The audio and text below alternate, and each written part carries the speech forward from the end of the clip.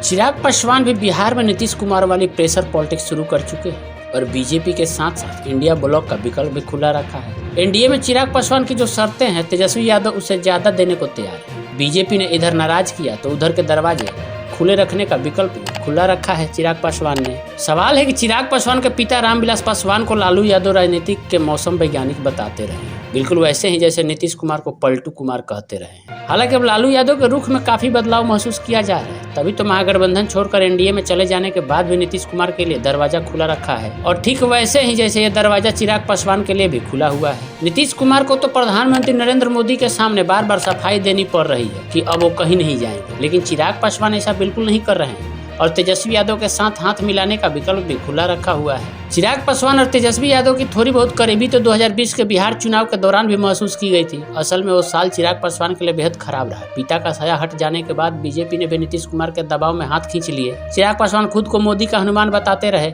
लेकिन प्रधानमंत्री नरेंद्र मोदी ने ही चुनावी रैलियों में असली और नकली का फर्क साफ कर दिया और फिर एक झटके में चिराग पासवान असली खेमे से बाहर हो गए। चुनाव में चिराग पासवान विश्वास करते रहे और बीजेपी इस्तेमाल करती रही। विधानसभा चुनाव में चिराग पासवान के उम्मीदवारों से जेडीयू को बहुत नुकसान हुआ। बीजेपी भी यही चाहती थी। जेडीयू की सीटें बीजेपी के करीब आधी हो गई। नीतीश कुमार और उनके साथियों ने खुलकर चिराग पासवान को जेडीयू की कम सीटों के लिए जिम्मेदार बताया और बाद में नीतीश कुमार बीजेपी के सामने ऐसे फैल गए कि एनडीए में उनके लिए नो एंट्री का बोर्ड ही लगा दिया गया। और तो और लोक जनशक्ति पार्टी दो टुकड़ों में बट गई, जिसके लिए चिराग पासवान की नज़र में नीतीश कुमार ही जिम्मेदार मानते हैं। लोकसभा स्पीकर ने भी चिराग पासवान के चाचा पशुपति कुमार पारस को संसदीय दल के नेता के रूप में मान्यता दे दी। सारे एलजेपी सांसद पशुपति कुमार पारस के साथ चले गए और चिराग पासवान अकेले पड़ गए। कहाँ चिराग पासवान पिता के मंत्रालय पर काबिज होने की उम्मीद लगाए बैठे थे और वो कहाँ पशुपति पारस मोदी की कैबिनेट में मंत्री बन गए।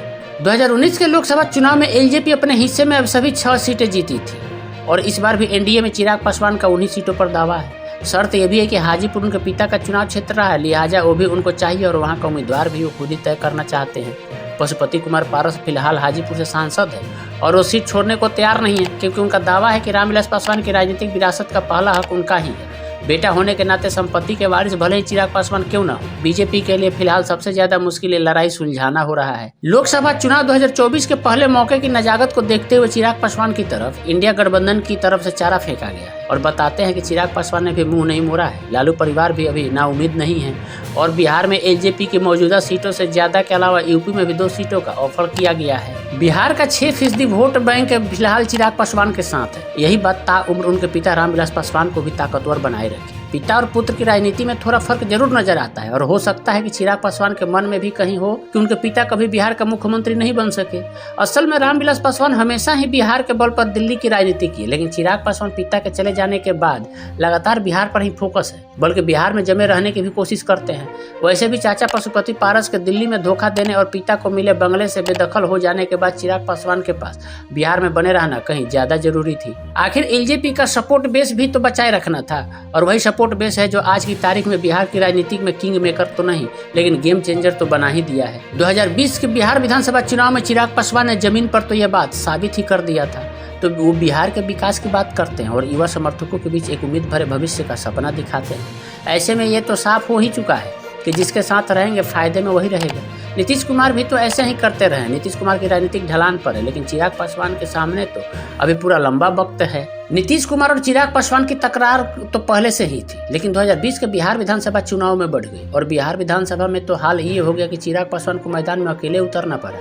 अगस्त 2022 में जब नीतीश कुमार महागठबंधन में चले गए तो एनडीए में चिराग पासवान की पूछ बढ़ गई और उपचुनाव में बीजेपी उनको कैंपेन के लिए बुलाने लगी। चिराग पासवान ने बीजेपी के लिए बिल्कुल वैसे ही शिद्दत से काम किया जैसे बिहार चुनाव में किया था। नीतीश कुमार की एनडीए में फिर से वापसी के बाद थोड़ी स्थिति बदल जरूर गई, लेकिन बीजेपी चिराग पासवान को किसी भी सूरत में नाराज भी नहीं करना चाहती। एनडीए में चिराग पासवान की शर्तें टकराव का कारण बन रही है। वो पिछली बार की तरह 6 सीटें भी चाहते हैं और हाजीपुर की सीट भी। अभी कुछ फाइनल तो नहीं है, लेकिन अगर चिराग पासवान नहीं माने तो बीजेपी उनको 6 सीटें देने के बाद पशुपति कुमार पारस को अपने कोटे में एडजस्ट करेगी, लेकिन फिर बीजेपी को पशुपति कुमार पारस को मनाना भी पड़ेगा हाजीपुर सीट छोड़ने के लिए, क्योंकि चिराग पासवान को इंडिया ब्लॉक ने लपक लिया तो बड़ी मुश्किल होगी। जैसे यूपी में राहुल गांधी और अखिलेश यादव ने फिर से हाथ मिला लिया है, चिराग पासवान ने भी बिहार में विकल्प खुला रखा है और ऐसा हुआ तो यूपी की तरह इंडिया ब्लॉक का कैंपेन चलेगा बिहार के लड़के। चिराग पासवान और तेजस्वी यादव दोनों युवा हैं। दोनों ही नेताओं की अच्छी खासी फैन फॉलोइंग है और दोनों ही बिहार के विकास की बात कर रहे हैं और यही वजह है कि इंडिया ब्लॉक की तरफ से चिराग पासवान को एक्स्ट्रा ऑफर मिल रहा है। एलजेपी की मौजूदा 6 सीटों के साथ साथ 2 और सीटें, साथ में यूपी में भी 2 सीटों पर उम्मीदवार उतारने की पेशकश है। चिराग पासवान को तो दोनों हाथ में लड्डू है। फिलहाल देखते हैं बाजी कौन मार पाता है, बीजेपी या इंडिया ब्लॉक, या चिराग पासवान बार्गेन बढ़ाकर और फायदा उठा लेते हैं। ये तो अब बस 2-4-5 दिन में ही क्लियर हो जाएगा। देखिए अब क्या होता है।